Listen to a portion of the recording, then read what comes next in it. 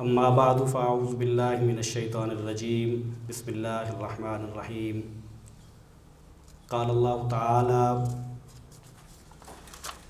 قل ان کنتم تحبون اللہ فاتبعونی یحببکم اللہ ویغفر لکم ذنوبکم واللہ غفور رحیم۔ قال النبی صلی اللہ علیہ وسلم من احب سنتی فقد احبنی۔ محترم سامعین، اللہ تعالیٰ فرماتے ہیں کہ اے نبی انہیں کہہ دیں کہ اگر تم اللہ تعالیٰ سے محبت کرنا چاہتے ہو فاتبعونی، تم میری اتباع کرو، میری پیروی کرو، میرے پیچھے چلو۔ یحببکم اللہ، میری پیروی کرنے سے، میری اطاعت کرنے سے، میرا حکم ماننے سے، میرے پیچھے چلنے سے اللہ تعالیٰ تم سے محبت کرنا شروع کر دیں گے، اور محبت ہی نہیں کریں گے وَيَغْفِرْ لَكُمْ ذُنُوبَكُمْ، میری اطاعت کا فائدہ یہ ہوگا کہ اللہ تعالیٰ تمہارے گناہ بھی معاف کر دیں گے۔ واللہ غفور الرحیم، اور اللہ نہایت بخشنے والے، نہایت رحم کرنے والے ہیں۔ اسی طرح آپ صلی اللہ علیہ وسلم کی حدیث مبارکہ کہ من احب سنتی فقد احبنی، کہ جس نے میری سنت سے پیار کیا، میری سنت سے محبت کی، اس نے گویا کہ مجھ سے محبت کی۔ قرآن مجید کی یہ آیت مبارکہ اور یہ حدیث مبارکہ ہمیں یہ بات سمجھاتی ہیں اور بتاتی ہیں کہ آپ صلی اللہ علیہ وسلم سے محبت کی بنیاد اور آپ صلی اللہ علیہ وسلم سے محبت کا دعویٰ تب تک سچا نہیں ہو سکتا جب تک ساتھ آپ صلی اللہ علیہ وسلم کی اطاعت نہ ہو، جب تک آپ صلی اللہ علیہ وسلم کی سنتوں سے محبت نہ ہو، جب تک آپ صلی اللہ علیہ وسلم کے احکامات کی قدر نہ ہو، تب تک یہ دعویٰ کوئی شخص اگر کرے تو وہ دعویٰ تو کرے، لیکن یہ دعوے کی سچائی اگر سنتوں سے اس کا پیار نہیں ہے، اگر اتباع رسول اس کی ذات میں موجود نہیں ہے، تو وہ اس کا دعویٰ جو ہے وہ جھوٹا دعویٰ ہے، وہ سچا نہیں ہے۔ میرا، آپ کا، ہم تمام مسلمانوں کا جو اس ملک میں بستے ہیں یا دنیا کے جس کونے میں رہتے ہیں، ہم سب کا یکساں مقصد ہے، اور وہ یہ ہے کہ ہم اللہ اور اس کے رسول صلی اللہ علیہ وسلم کی اتباع کرتے ہوئے آخرت میں کامیابی حاصل کریں۔ یہ تمام مسلمانوں کا ایک ہی مقصد ہے، اور اللہ تعالیٰ نے اسی مقصد کے لیے ہمیں پیدا بھی کیا کہ ہم نے اللہ کی رضامندی کو تلاش کرنا ہے۔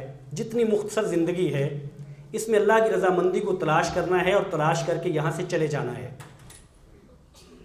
اور آخرت میں کامیابی کا اللہ تعالیٰ سے امید اور یقین رکھنا ہے۔ یہ مقصد لے کے آئے ہیں اور یہی مقصد لے کے جانا ہے۔ اس مقصد کے حصول کے لیے جب ہم کہتے ہیں کہ اللہ کی رضامندی، تو وہ رضامندی کیسے تلاش ہوتی ہے، اللہ کی رضامندی کیسے ملتی ہے؟ وہ ویسے ملتی ہے جیسے نبی کریم صلی اللہ علیہ وسلم نے بتائی ہے۔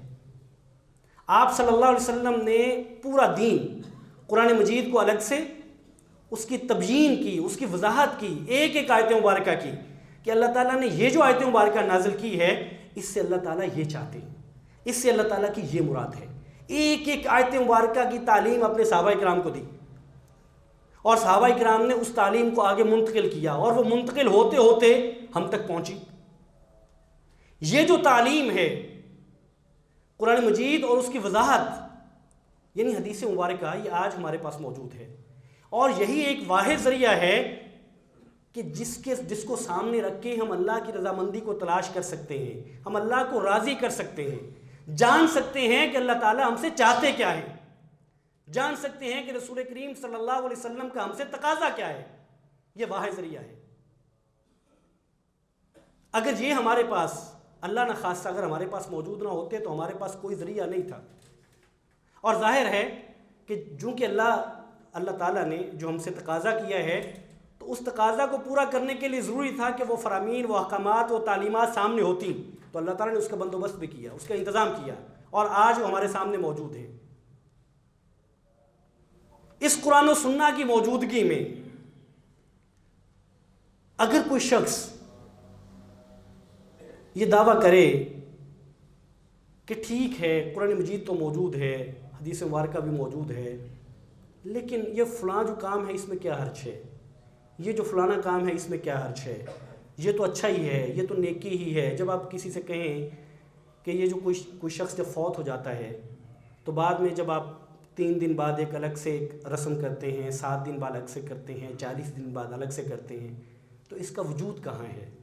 تو وہ شخص کہے کہ اس میں غلطی کیا ہے، قرآن ہی تو پڑھا جاتا ہے، اس میں غلط کیا ہوتا ہے؟ تو کیا یہ جو دلیل ہے، یہ جو دعویٰ ہے کہ اس میں غلطی کیا ہے، کیا یہ درست ہے کہ اس میں غلطی کیا ہے؟ ہاں، اس میں غلط ہے۔ میں بتاتا ہوں کہ وہ غلط کیا ہے۔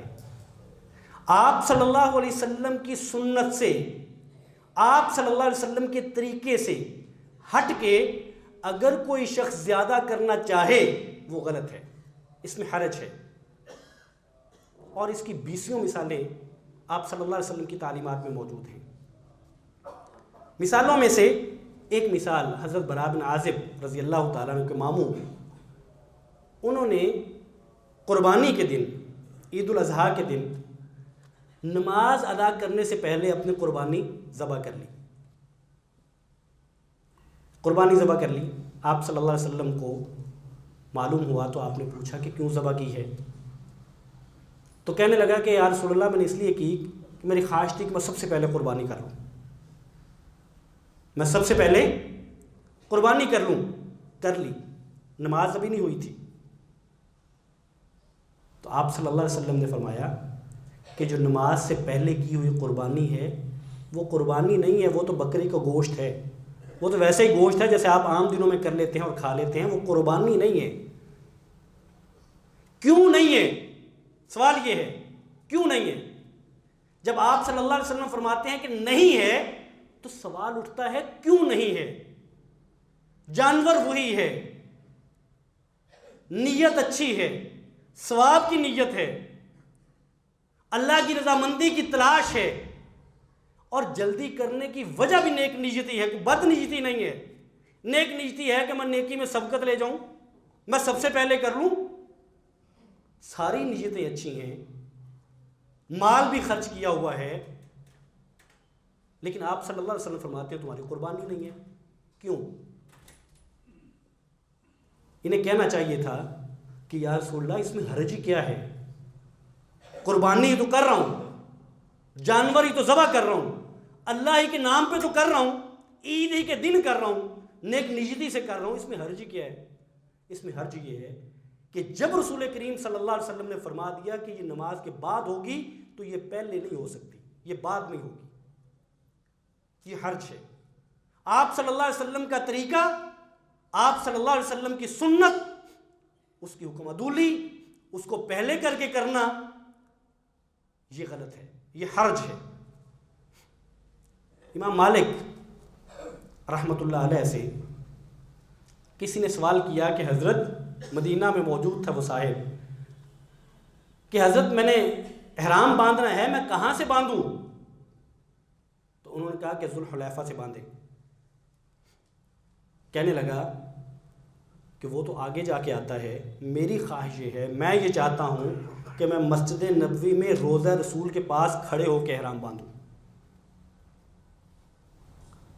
یعنی اسلام یہ کہتا ہے کہ میقات ذوالحلیفہ ہے، جو مدینہ کی طرف سے مکہ بھی آئیں ان کے لیے ذوالحلیفہ۔ یہ کہتا ہے نہیں، میری خواہش یہ بتائیے اس خواہش میں برا کیا ہے؟ مسجد نبوی کا اپنا ایک مقام ہے، روضہ رسول کے پاس کھڑا ہونا چاہتا ہے، وہاں احرام باندھنا چاہتا ہے۔ امام مالک رحمۃ اللہ علیہ فرماتے ہیں کہ ایسا نہ کرو، مجھے ڈر ہے کہ تم کسی فتنے میں پڑ جاؤ گے۔ یہ کہنے لگا کہ حضرت فتنہ کیسا؟ میں غلط کیا کر رہا ہوں؟ کیسا فتنہ؟ میں کوئی جو میقات ہے، جو مقام ہے احرام باندھنے کا، اسے آگے نہیں جا رہا، کچھ 5-6 میل پہلے باندھ رہا ہوں۔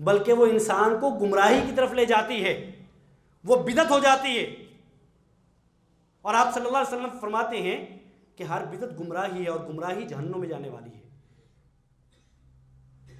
صرف اتنی بات ہے، مقصد ایک ہے، میرا آپ کا تمام مسلمانوں کا اللہ کی رضامندی، آپ صلی اللہ علیہ وسلم سے محبت، یہی مقصد ہے۔ آخرت کی کامیابی سب کا ایک مقصد ہے، فرقے کچھ نہیں ہیں، مقصد ایک ہے سب کا، کرنا سب یہی چاہتے ہیں، لیکن دین کو سمجھنے میں غلطی ہو گئی۔ کسی نے محبت کا انداز یہ سمجھا تو وہ کر لیا، حالانکہ وہ سنت کے مطابق نہیں تھی۔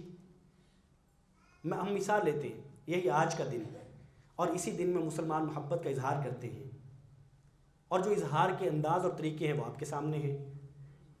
اگر میں اس بات کا دعویٰ کروں کہ یہ جو طریقہ ہے جو میرے مسلمان بھائی کرتے ہیں یہ طریقہ سنت کے مطابق نہیں ہے، تو اس کے میرے پاس دلائل ہیں، اور جو کرنے والے ہیں ان کے پاس بھی اس کے دلائل ہوں گے، وہ بھی اس کا ذکر کریں گے۔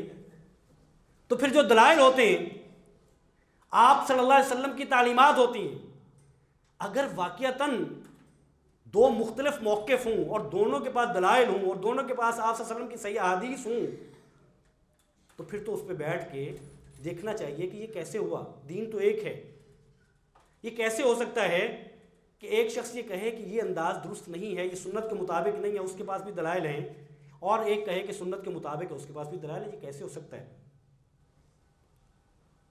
کیا کوئی حدیث کے ضعف اور صحیح کا مسئلہ تو نہیں ہے؟ کیا دین کی تفہیم کا مسئلہ تو نہیں ہو گیا؟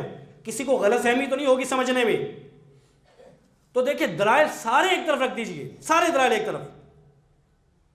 ایک بڑی موٹی سی بات، ایک بڑی عامی سی بات وہ یہ ہے کہ اگر یہ دن 12 ربیع الاول کا یہ دن اسی طرح منایا جانا چاہیے جس طرح میرے بھائی مناتے ہیں، اس طرح منایا جانا چاہیے، تو مجھے صرف اتنا بتا دیجئے کہ اس دن کی سنتیں کیا کیا ہیں، اس دن میں کیا کیا کرنا سنت ہے، کیا کیا کرنا چاہیے، کیا کیا نہیں کرنا چاہیے۔ جیسے ہم عید کے لیے جاتے ہیں تو سنت یہ ہے کہ نئے کپڑے پہن کے جائیے، سنت یہ ہے کہ اب میٹھا کھا کے جائیے، سنت یہ ہے کہ جب جائیں اور واپس آئیں تو رستہ بدل کے جائیے، سنت یہ ہے کہ جب بڑی عید ہو تو تکبیریں کہتے جائیے، سنتیں ہیں نا، اور احادیث میں موجود ہے۔ اس دن کی، جس کو ہمارے مسلمان بھائی کہتے ہیں کہ یہ عیدوں سے بڑی عید ہے، اس عید کی کوئی ایک سنت ہے جس کے بارے میں وہ آگاہ کر سکیں کہ یہ سنت ہے، یہ آپ صلی اللہ علیہ وسلم اس دن خاص طور پہ یہ کام کرتے تھے؟ کوئی ایک، 20 30 40 50 نہیں، کوئی ایک، کہ اس دن بطور خاص آپ صلی اللہ علیہ وسلم نے یہ کام کیا، آپ نے نئے کپڑے پہنے، صحابہ کرام نے نئے کپڑے پہنے، باقی باتیں چھوڑ دیجئے ساری، آپ نے کہیں اجتماع کیا، کہیں جلسہ کیا، آپ نے کہیں خطاب کیا اس دن کی مناسبت سے کہ چونکہ آج کا یہ دن بڑا اہم ہے تو میں آپ سے خطاب کرنا چاہتا ہوں، کوئی ایک۔ جو دلائل ہم اپنے عام مسلمانوں کو دے کر اپنے مسلک کو سچا ثابت کرنے کے لیے دلائل کو تروڑ مڑوڑ کے پیش کرتے ہیں، حضرات گرامی قدر، کیا یہ دلائل، کیا یہ قرآن مجید کی آیات مبارکہ اور یہ احادیث مبارکہ صحابہ کرام کو سمجھ آئی تھی کہ نہیں آئی تھی؟ آج کے ایک عالم دین کو قرآن مجید کی کسی بھی آیت مبارکہ سے، وہ قل بفضل اللہ و برحمتہ ہو یا وہ اما بنعمت ربک فحدث ہو یا کوئی ہو، یہ جو آیات مبارکہ ہیں اور جس سے ہم نے یہ دن نکالا ہے، یہ آیات صحابہ کرام کو جب رسول کریم صلی اللہ علیہ وسلم نے سکھائی تھیں تو صحابہ کرام کو ان آیات کی تفسیر سمجھ میں آئی تھی کہ نہیں آئی تھی؟ اگر آ گئی تھی تو وہ یہی تفسیر تھی، کوئی اور تھی؟ اور اگر یہ تفسیر تھی تو ان صحابہ کرام کا ہم سے کم کیا تھا؟ ان کا ایمان ہم سے کم تھا، تقوی اور پرہیزگاری کم تھی، آپ صلی اللہ علیہ وسلم سے محبت کم تھی، جو اپنے گھر کا پورا پورا مال لے آتے تھے، جو آپ صلی اللہ علیہ وسلم کے سامنے کھڑے ہو کے یوں تلوار اور تیروں کا سامنا کرتے تھے، جنہوں نے گھر بھر چھوڑ دیے تھے، کیا ان کی محبتیں کم تھیں؟ کیا ان کا ایمان کم تھا، ان کی تقوی اور پرہیزگاری کم تھی، یا ان کو فہم نعوذ باللہ من ذالک ہم سے کم تھا دین کا، وہ تفسیر کو سمجھ نہیں سکے تھے؟ ہوا کیا تھا؟ کیوں نہیں کیا؟ وجہ کیا تھی؟ اور کسی ایک صحابی نے بھی نہیں کیا؟ جبکہ اگر یہ اسی طرح منایا جانا درست ہوتا تو صحابہ کرام آپ صلی اللہ علیہ وسلم کی زندگی 63 سال، 30 سالہ خلافت، اور صحابہ کرام کی زندگیاں، کسی صحابہ کرام میں سے کسی صحابی نے یہ نہیں کیا؟ امیر المومنین عمر فاروق، کم و بیش آدھی دنیا کے مالک اور حکمران، چاہتے تو کیا نہیں ہو سکتا تھا؟ کیوں نہیں ہوا؟ ہم آج الجھا دیتے ہیں فرقہ واریت میں، ہم آج مسلکوں کی بات کر کے بات کو پھیر جاتے ہیں، گول کر جاتے ہیں، کیوں نہیں ہوا؟ اور یہ دین صحابہ کرام سے تابعین نہیں سیکھا، کسی تابعی کو سمجھ نہیں آئی اس مسئلے کی، کسی نے اسے نہیں منایا؟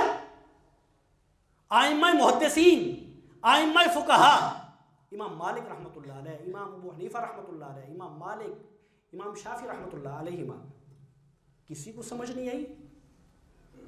سفیان ثوری رحمۃ اللہ علیہ، کسی کو نہیں معلوم ہوا کہ یہ دین کتنا اہم ہے؟ دین ہم نے ان سے لیا ہے، دین ہم ان کے ذریعے سے ہم تک پہنچا ہے۔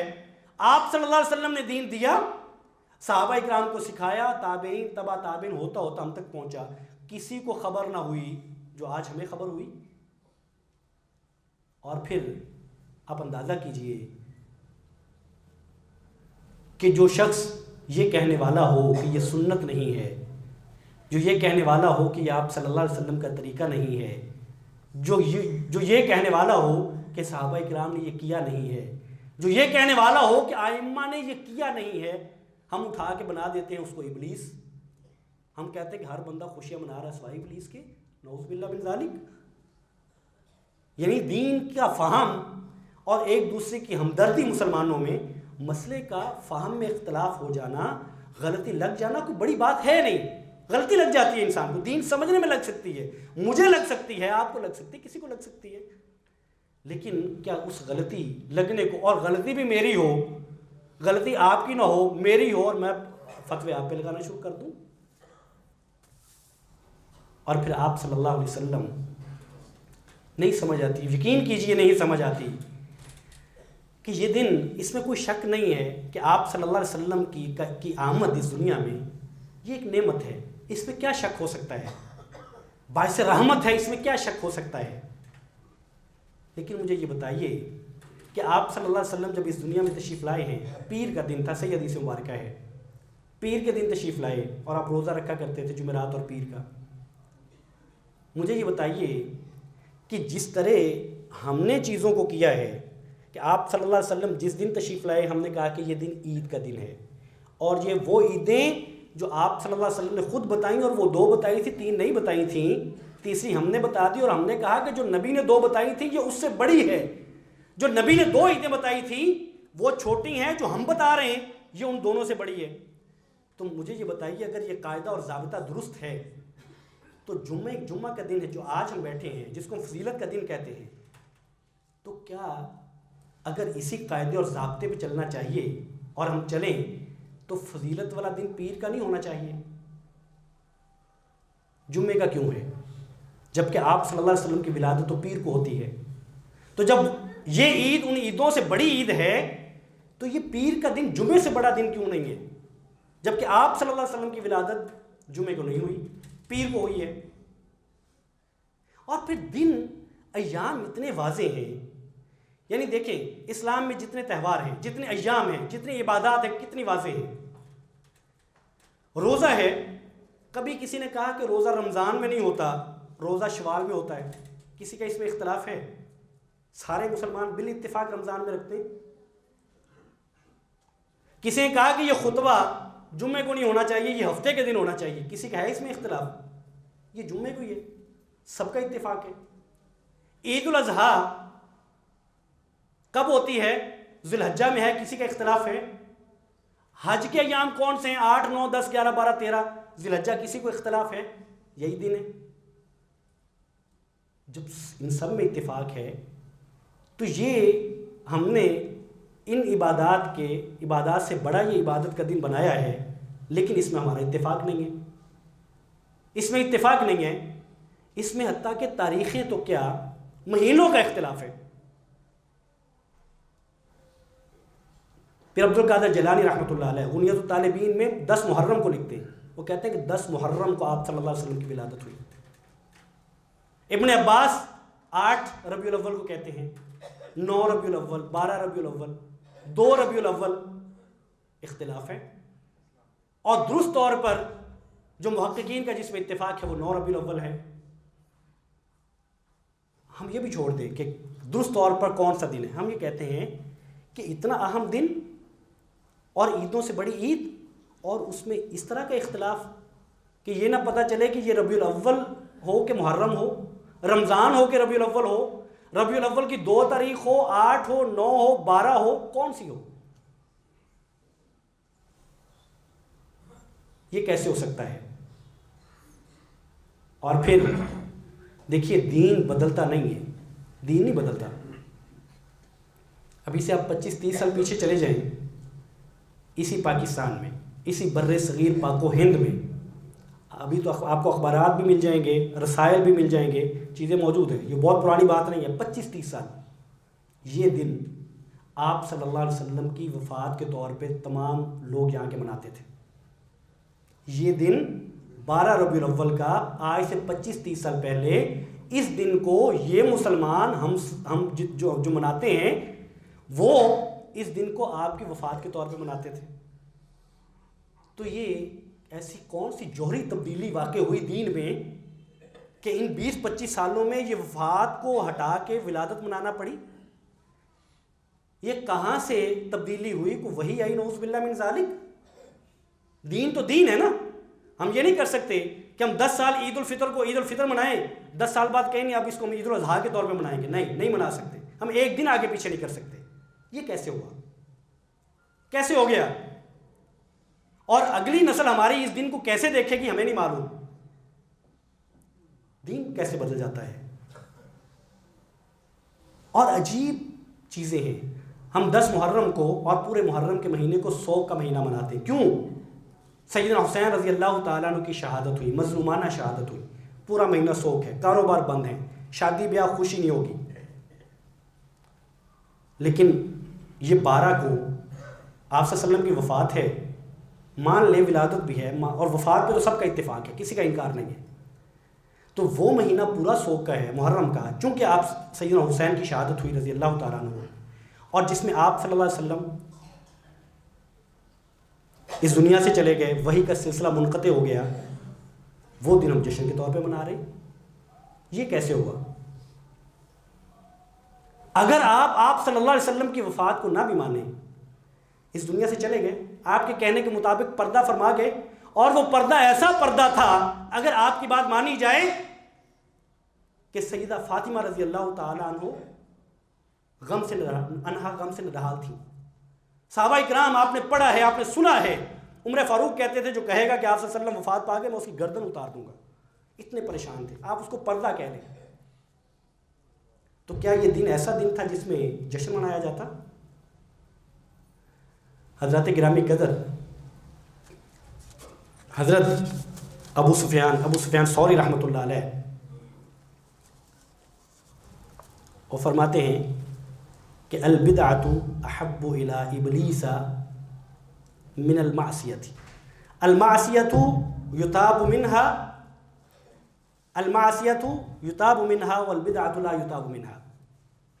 وہ اسی لیے فرماتے تھے کہ جو بدعت ہوتی ہے نا، جو دین میں نئی چیز ہوتی ہے، یہ نافرمانی سے بڑی چیز ہے، یہ اس سے بری چیز ہے، گناہ سے بری چیز بدعت ہے. اس لیے کہ گناہ جب انسان کرتا ہے، نافرمانی کرتا ہے، تو وہ کو معلوم ہوتا ہے یہ گناہ ہے اور وہ اس سے توبہ کر لیتا ہے. اور جو بدعت ہوتی ہے اس کو تو وہ نیکی سمجھ کے کر رہا ہے، وہ توبہ کیسے کرے؟ اس لیے حضرات گرامی قدر، یہ مسلک کی بات نہیں ہے، خدا را یہ مسلک کی بات نہیں ہے، یہ فرقے کی بات نہیں ہے. یہ میرے اور آپ کے دین کی بات ہے، یہ میرے اور آپ کے آخرت کی نجات کی بات ہے، یہ نبی کریم صلی اللہ علیہ وسلم کی سنت کی بات ہے۔ اس کو یوں کر کے ہم گھما دیں اور چھوڑ دیں کہ چونکہ میرے مسئلے کے آدمی یوں کہتے ہیں لہذا میں یہ کروں گا، یہ درست طریقہ نہیں ہے۔ جانچیے، خدا را جانچیے، پڑھیے، مطالعہ کیجئے کہ وہ چیز کیسے سنت ہو گئی، وہ چیز کیسے دین بن گئی، وہ چیز کیسے محبت ہو گئی جو صحابہ کرام نے نہیں کی، جو ائمہ دین نے نہیں کی، حدیث کے ائمہ نے نہیں کی، فقہ کے ائمہ نے نہیں کی، حتیٰ کہ صلحاء نے نہیں کی۔ کیسے دین بنی، کس نے بنائی؟ اور وہ تمام دلائل جو آپ کو پیش کیے جاتے ہیں، سادہ سی بات ہے، یہ دلائل صحابہ کرام کو کیوں سمجھ نہیں آئے؟ سارا دین سمجھ آ گیا تھا۔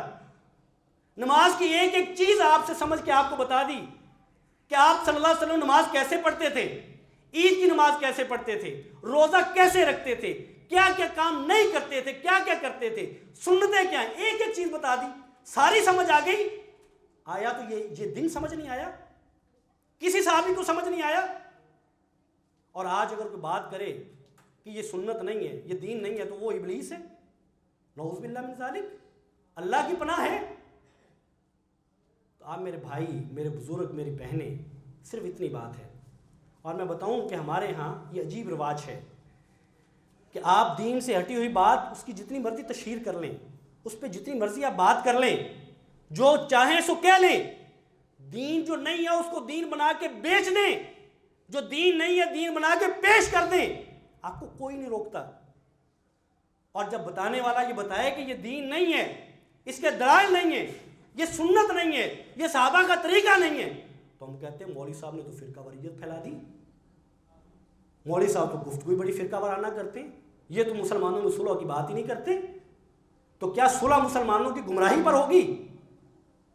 مسلمانوں کی صلح ہوگی تو وہ بھی سنت پر ہوگی، وہ گمراہی پر نہیں ہو سکتی۔ اللہ تعالیٰ مجھے اور آپ کو دین سمجھ کر اس پر عمل کرنے کی توفیق عطا فرمائے۔ وآخر دعوانا الحمدللہ۔